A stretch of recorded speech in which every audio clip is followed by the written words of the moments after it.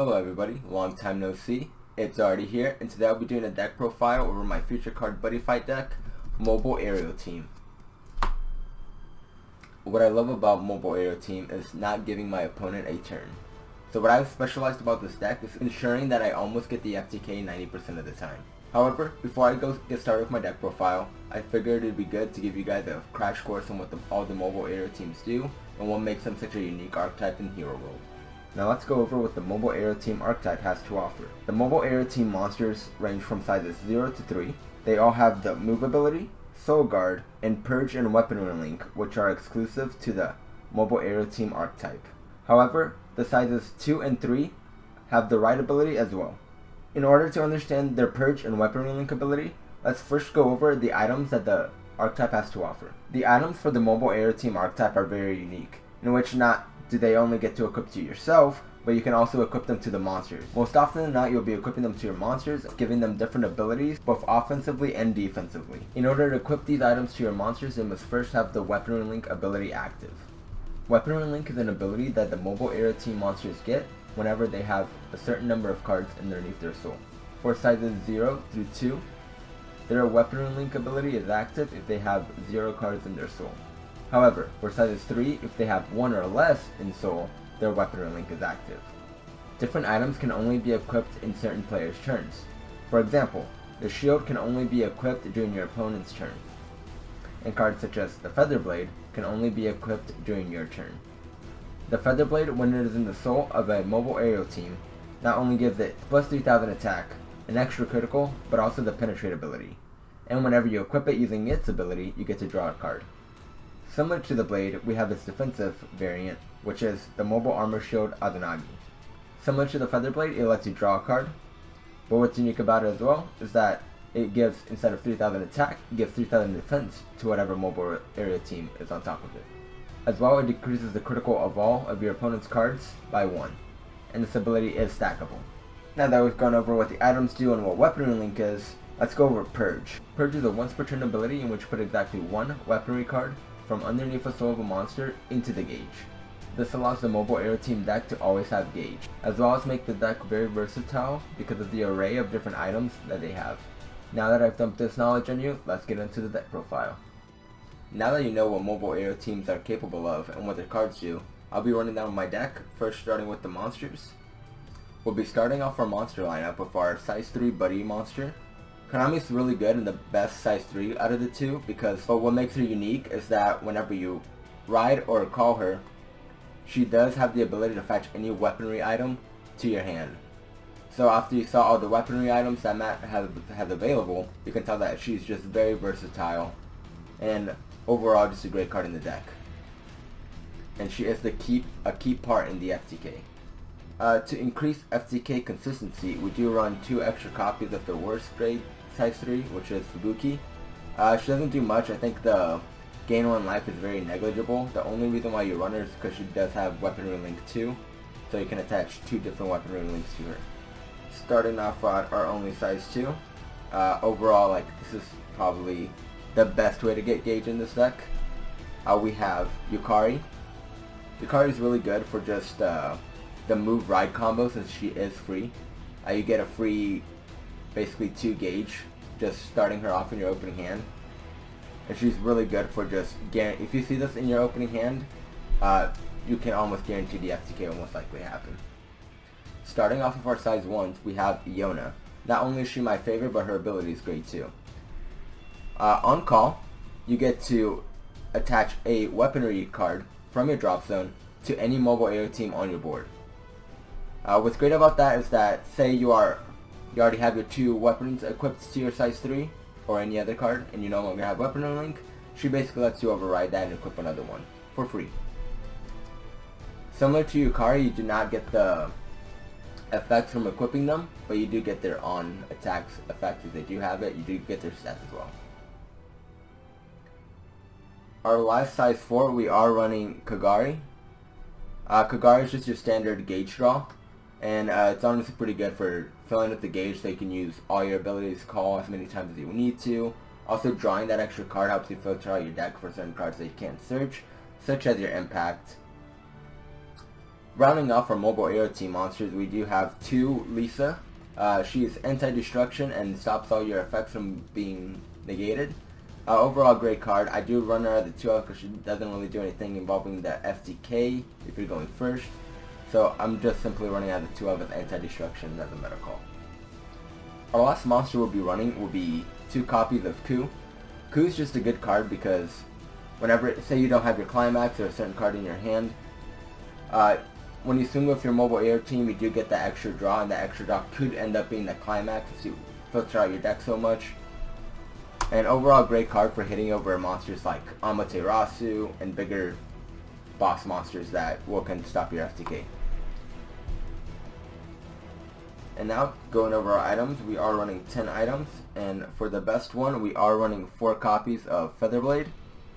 Featherblade is the crit and penetrate and adding the plus 3000 power, and it is the card that you need to have for the FTK, so you do max that out. For our second weapon, we are running 2 copies of the Sniper Rifle Shooting Star. 2 great things about this card is that it does help in the FTK. In case you can't get your feather blades, you do get the extra 1 damage for equipping this card, as well as it has the added ability whenever it destroys or deals damage, you get to snap a gauge from your opponent. And if you're going first against, let's say, Dimension Dragon or a deck that you know is running Lost World, if you equip both of them and you snipe their 2 gauge, they can know, or you just snipe 1 gauge, you can stop them from Lost World and you on your turn, on your first turn.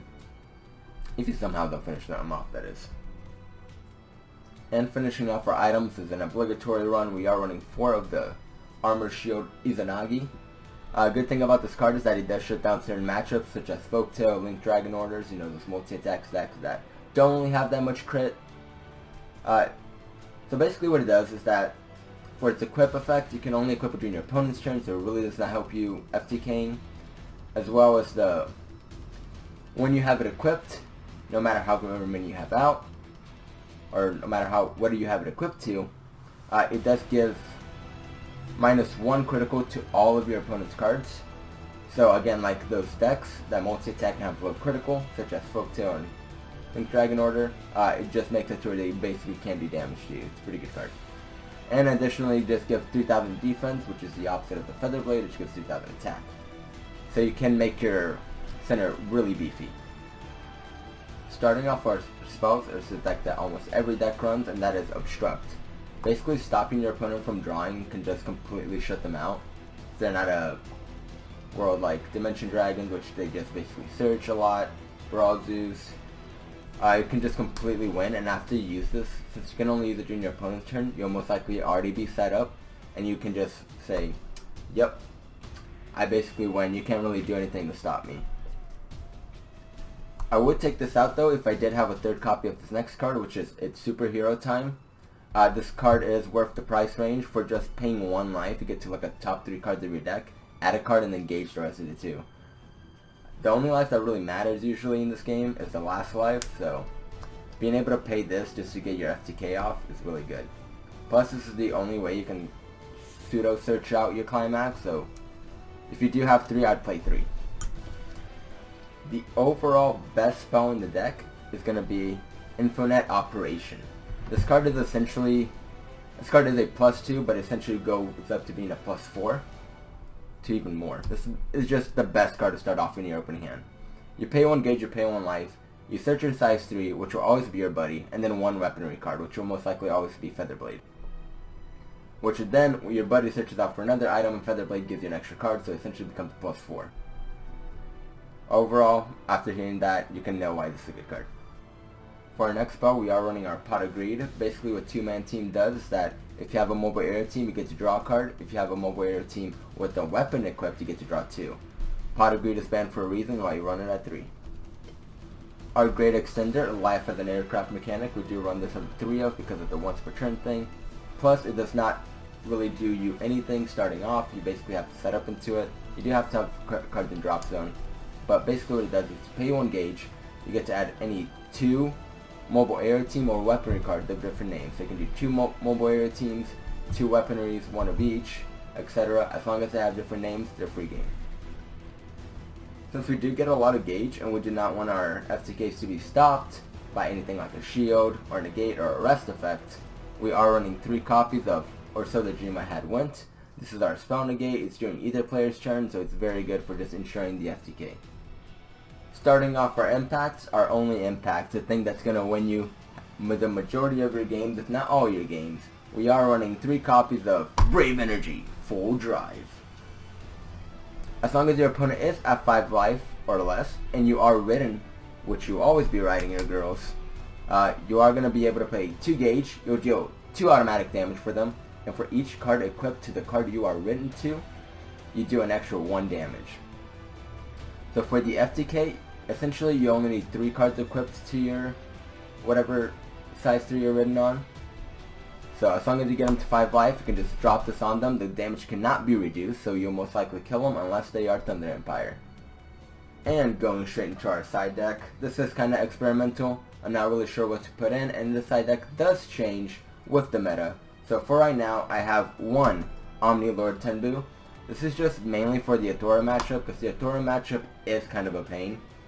Since you cannot do effect damage to them, you basically just drop Tenbu on them ahead of time, you nullify their effects, you pop Athora, and then you're basically just able to go in on them. We are running a 3rd copy of Lisa. If I feel like I need it against a certain matchup, it's pretty good. After you FTK your opponent, they're going to most likely want to go first, so you're going to be running 3 copies of Aerial. Basically what this does, since Full Drive does need your opponent to be at 5 life, you can impact call this, deal the extra 2 to put them below 5 life, and then you can Full Drive and then get them there. This is basically just an extra attack to get your opponent below the threshold. We are running 1 copy of Chaos Gyro. These are basically your side decks, mainly just going to be for going second and for certain matchups. Going second, this does give you a triple attack monster of 2 defense. On top of your already double attack size 3 ridden card. This is just basically, again, same as Wind, just extra attacks to get your opponent below the threshold if you don't kill them before you impact them anyways. Our 4th copy of the Spell Negate, just in case you're playing something against like Dragon World and they do run a lot of shields, you might want to max this out going into game 2 and 3, just so you can always negate and always get the FTK off. And if we need more weapons, we are running 3 of the Feather Rifle. This is just basically for decks just have a lot of monsters. It's good against Chaos. You just pop their monsters on swing, and you can just kind of shut them down. So that's it for my deck profile. I really do enjoy mats.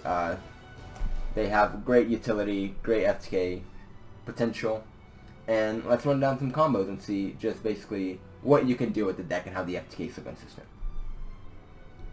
Alright guys, so here I'm going to start showing you basically the God Hand you kind of need to get to just guarantee the FTK, which is basically just these 4 copies. There are some other combinations that you need, but as long as you see these 4, you're basically guaranteed it. The deck also has so much draw and gauge that you can guarantee it in other ways. If you don't see all these cards, you'll most likely end up seeing them as you get through the deck. So we begin our turn by drawing, charging and drawing. These other cards don't really matter, they're just extra cards in your hand, extenders, and just other stuff you can use. But as long as you have these 4, you basically already have the FTK. So you're going to start off by calling Yukari. Yukari's skill will go off. Your trigger, you'll always search up the Feather Blade first, and you'll equip it. Equip the Feather Blade, activate Yukari's Purge, that's once per turn. You're going to purge it. You are then going to ride Yukari, and you're going to get another card. I'll always end up getting the shield, just in case my hand is bad. In this case, it's not, so it doesn't really matter. We will then activate Infinite Operation. We will pay a life, and we'll pay 1 gauge. It is important that you always pay the blade. You're going to want to know where the blade is at all times. And I'll just be using the 5 counter for my opponent, just so you know how you do damage. So with Infinite Operation, we are going to search our size 3 and another Feather Blade. We will then purge the Azanagi and ride our Konami by paying 2 gauge. Alright, and then Konami on place, or on ride, we will search another Feather Blade. We will then equip the Feather Blades Kaname. We will draw a card, doesn't really matter what it is. Equip our second, draw another card, doesn't really matter what it is. Again, we're already 5 cards plus that we don't even care what it is, what they are. We will then Yona for our third Feather Blade. We are now doing 5 damage, and as we remember, the 5 damage for full drive. We'll basically begin battle phase at that point. Swing for 5, for our opponent doesn't have a negate or a shield or has rested Kaname at a time, and this is assuming none of these cards will help you get around that. We'll go ahead and do 5 damage to them, go into final phase, pay our 2 gauge, and deal 2, and then 1 for each item we have equipped. 1, 2, 3, and basically that's exactly lethal. Basically as soon as you have this 4 cards, you almost guarantee it. There's other variations, like let's see, what did we draw off that we could have? We had the other Yona, we could have equipped this. If we had purged it, we could have still equipped our shield. We had another Feather Blade that could have equipped to Yona to draw an extra card. We also drew another Shooting Star to ping them extra damage. Another Yona, another level size 3. In case they also rested this, we could just write it again, keep going in. So again, this is very, very easy to do. Again, you're going to be getting this FTK almost every single game if you're going first.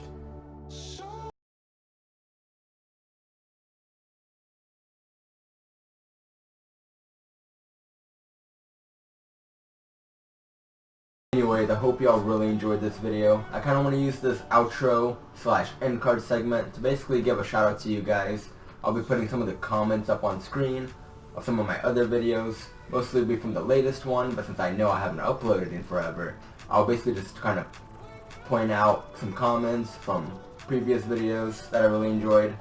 And if you guys want to be on the next video, whenever that will be, feel free to comment. I like jokes, basically anything.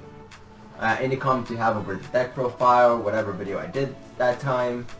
Well, basically this whole intro card is basically dedicated to you and me thanking you guys for support. Anyways, I'll see y'all.